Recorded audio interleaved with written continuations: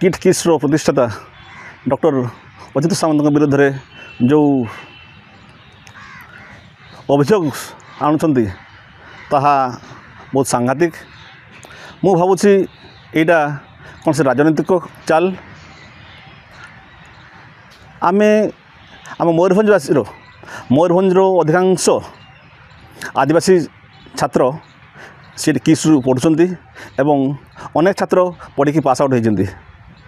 मु अच्युत सामंत को बहुत धन्यवाद देवी से एभली गोटे अनुष्ठान गढ़ी एवं ओडिशार बहुत आदिवासी छुआ से किस किट्रु पाठ पढ़ी एबे ओडिशा सरकार भारत सरकार चाकरी भी कर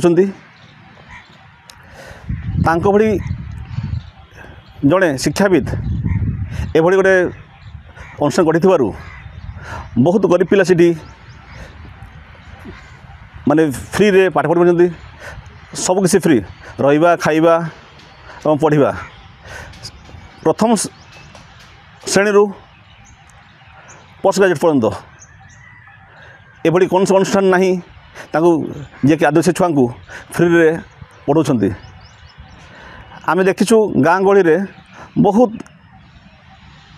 गरीब घर पिला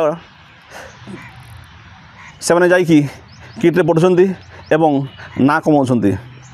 एभली अनुष्ठान को बदनाम करने बहुत दुख और परितापर विषय।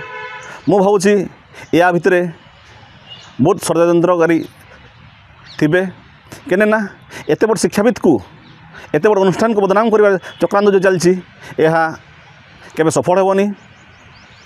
आउ देखंतु प्रति वर्ष 30,000 पिला सीट पढ़ुंट 30,000 पिला सीट पढ़ी मनुष्य होती।